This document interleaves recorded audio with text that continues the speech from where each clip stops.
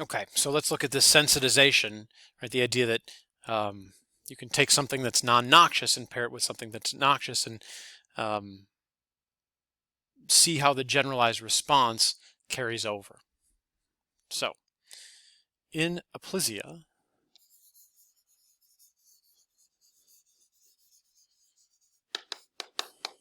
okay, they're going to pair what that looks like.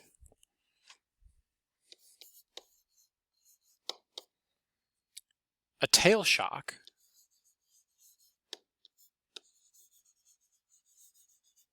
right? This is noxious.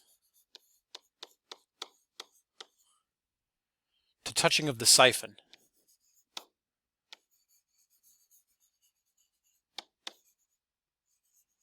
And this is relatively non-noxious.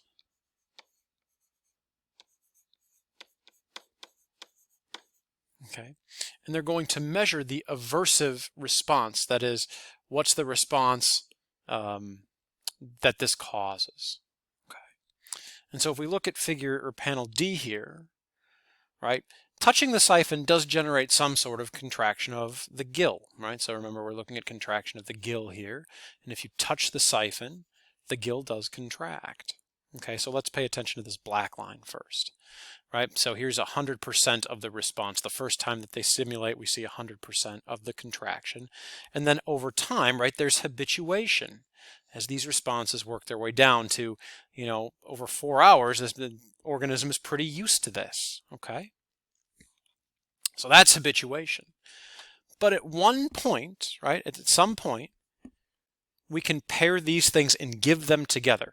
We'll touch the siphon and do the tail shock at this point, right here where the red arrow is. Oops, I feel like I'm making it worse. Okay, right there. And then we wait for a half an hour. Right?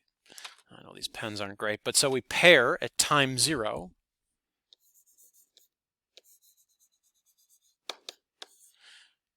These things are paired. And then we measure the response of the gill a half an hour after these are paired. So paired meaning given at the same time. And we look for the response a half hour later.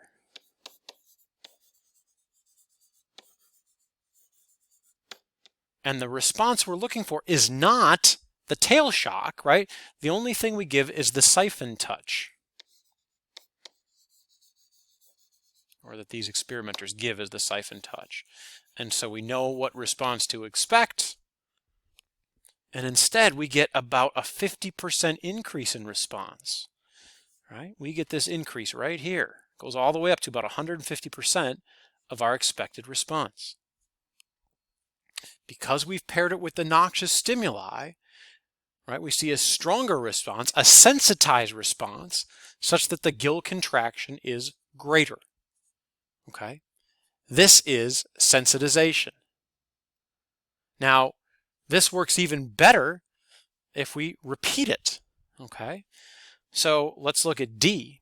What you can see are multiple training intervals, basically, that they give tail shocks a whole bunch. Right?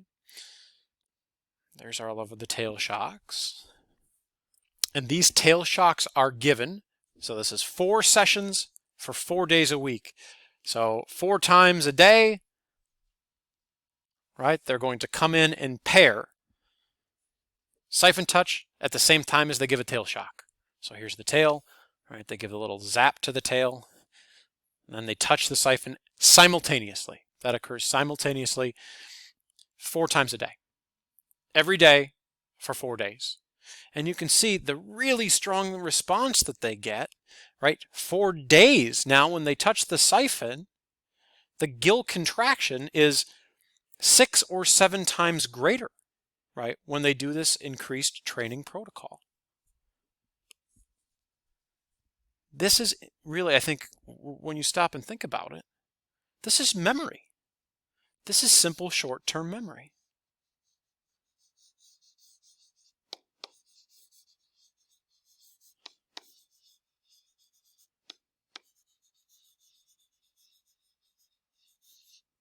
right? This is learning. In a sea slug, this is learning. And so we talk about how people are able to remember things, or what causes someone to remember and not remember. This is experimental evidence of learning, of memory. Right? And so we think that why we make such a big deal about LTP, long-term potentiation, as a type of synaptic plasticity is we think it underlies learning. And so the rest of this figure is basically showing that the longer the training period, the better the response, right? And so here's 4 tail shocks.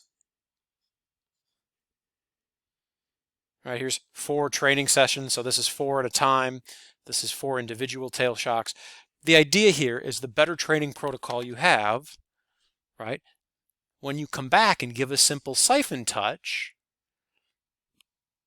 because you've sensitized, you're going to get a stronger response, okay? One of the best parts of aplysia is because there's such a small number of neurons, we can define the synaptic circuitry, right? So a small number of neurons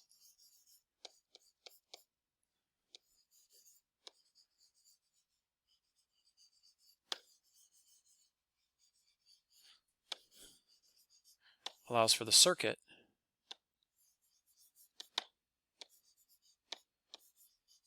to be sort of detailed in its investigation, right? So we know a lot about this circuit that leads to both habituation and sensitization. Okay, so here's the circuit. We've got a sensory neuron here in the tail and a sensory neuron in the siphon skin. Okay, let's talk about what happens that underlies both of these. Okay, so let's talk about habituation.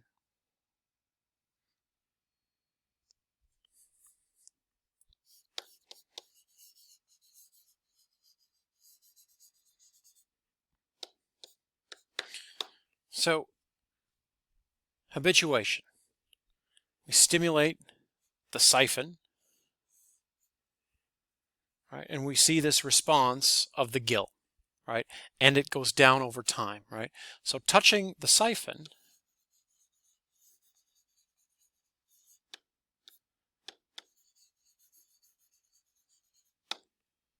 activates neurons, right? So we stimulate the sensory neuron.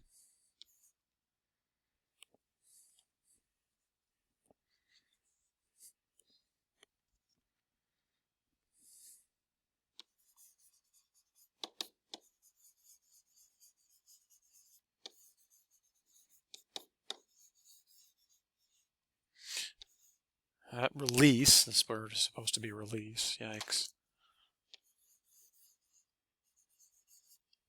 The neurotransmitter glutamate.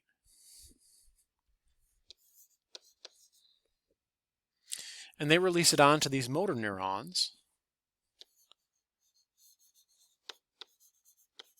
So if you follow, right, that there's a synaptic release event, neurotransmitter glutamate is released. It increases the odds that the motor neuron fires an action potential. But this is the opposite, right, of habituation. What happens is in habituation, this transmission is depressed.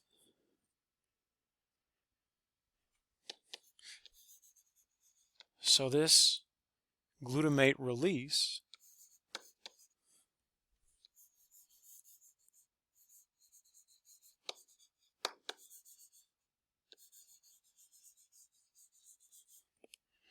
why is it decreased? It's because of the things that we talked about. We think that there are fewer vesicles available presynaptically.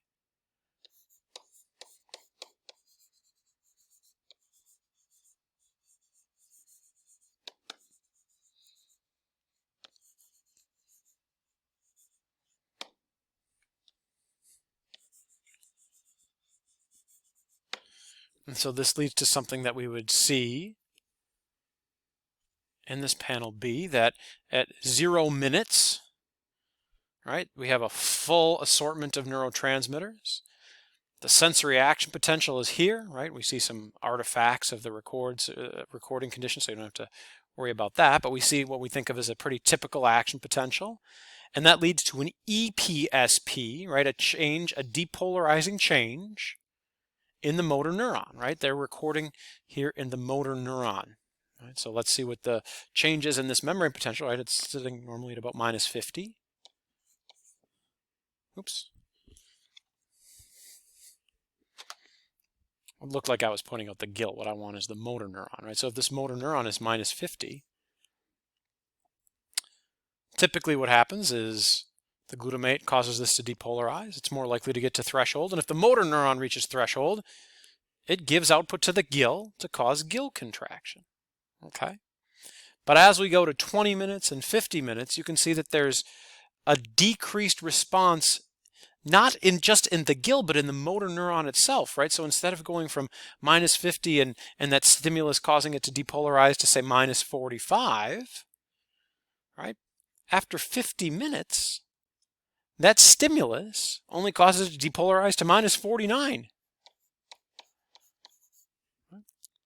We haven't moved it off of its resting membrane potential very much. Okay, and so we're not very close to our threshold. It's not likely that this motor neuron will fire an action potential, and it's not likely that the gill will contract. Okay, like I said, this is typically, we think that this is dependent on the same mechanisms that we've talked about before. Fewer vesicles present in the sensory neuron to release leads to a depressed response in the motor neuron. Well, how does the tail shock lead to sensitization? Let's talk about that next.